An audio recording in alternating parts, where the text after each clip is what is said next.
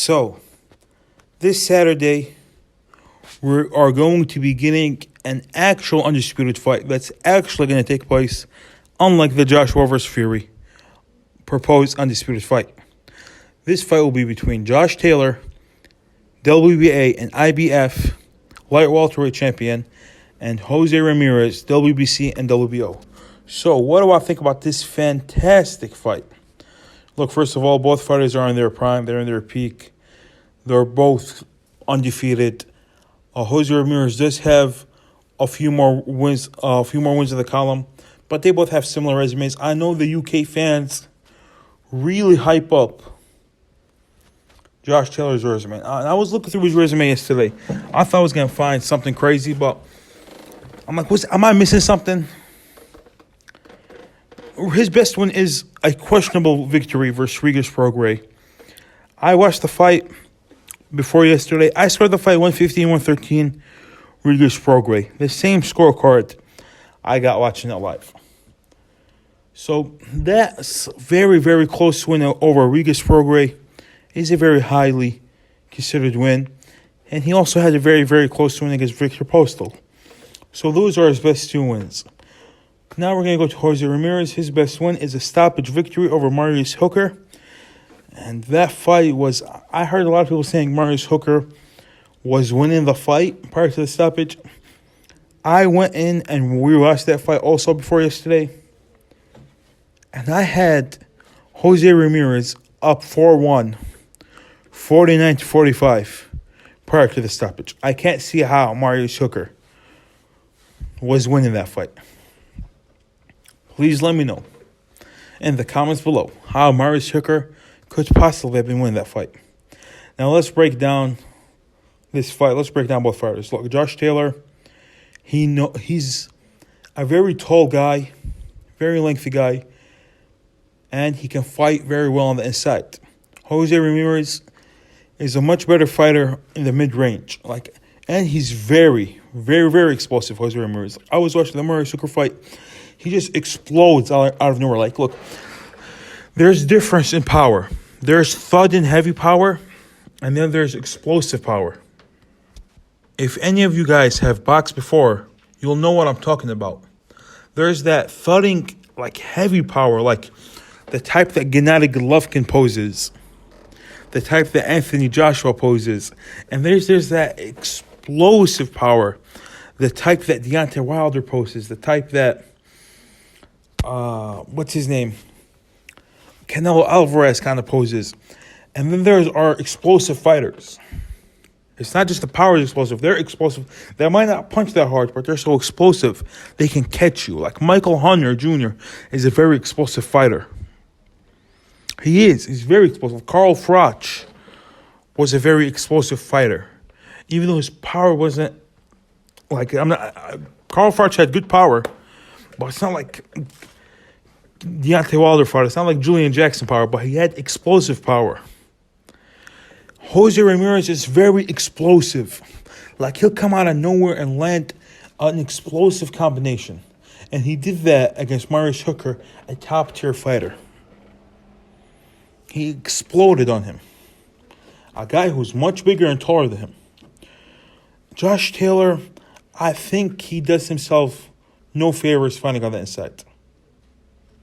He's a very, very tall dude. He can fight on the outside and win the fight on the outside, but he's the type of fighter that likes to fight on the inside. He had a 4-inch reach advantage over Regis Prograis, and Regis Prograis was the one that was keeping the distance, fighting on the outside. So it's very strange watching Josh Taylor fight. I'm not really sure why he fights on the inside so much, because he's a lengthy dude. He can keep a jab and move on. And he's very talented. He's a southpaw, Josh Taylor. Southpaws are always tricky. Very tricky to figure out. But I want you guys, from the first bell, to focus on the foot game.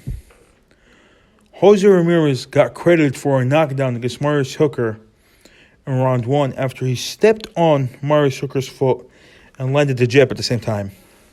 So he stepped into his jab, and Marius Hooker went down. It was clearly because he stepped on his foot.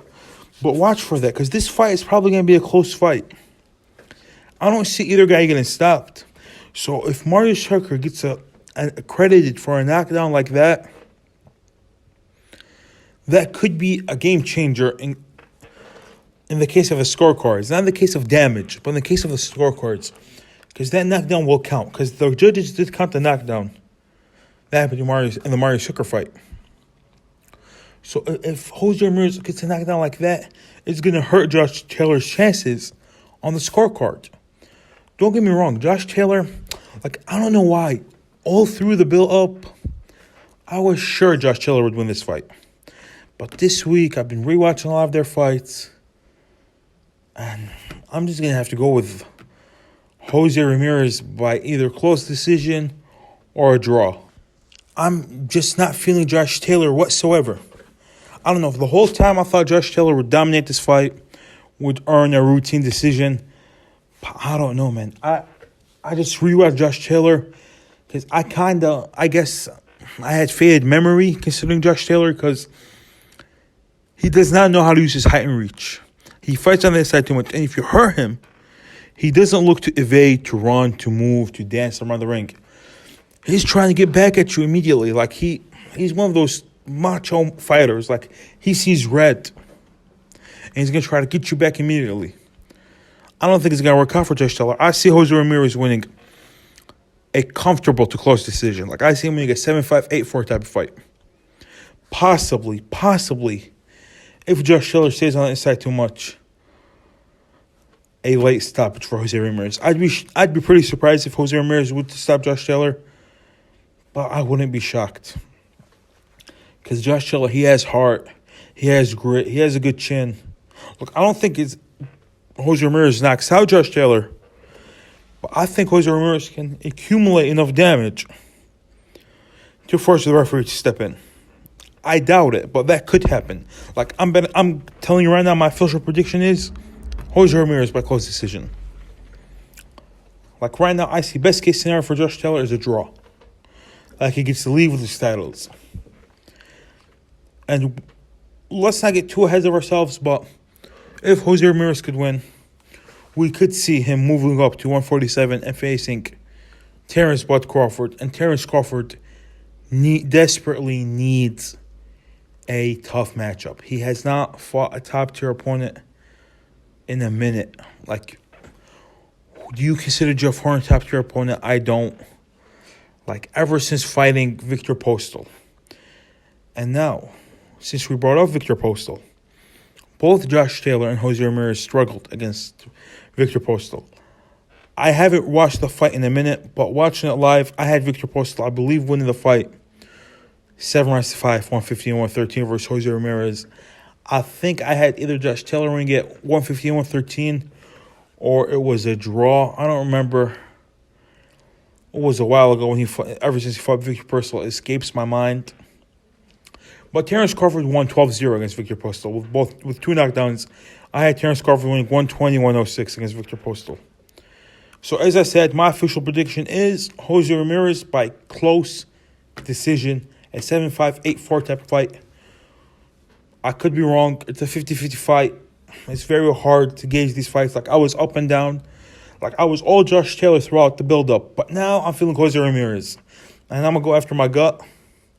Let me know how you guys see this fight going. If you agree with me, like and subscribe. If you don't, comment below why. And Sadiq Boxing out.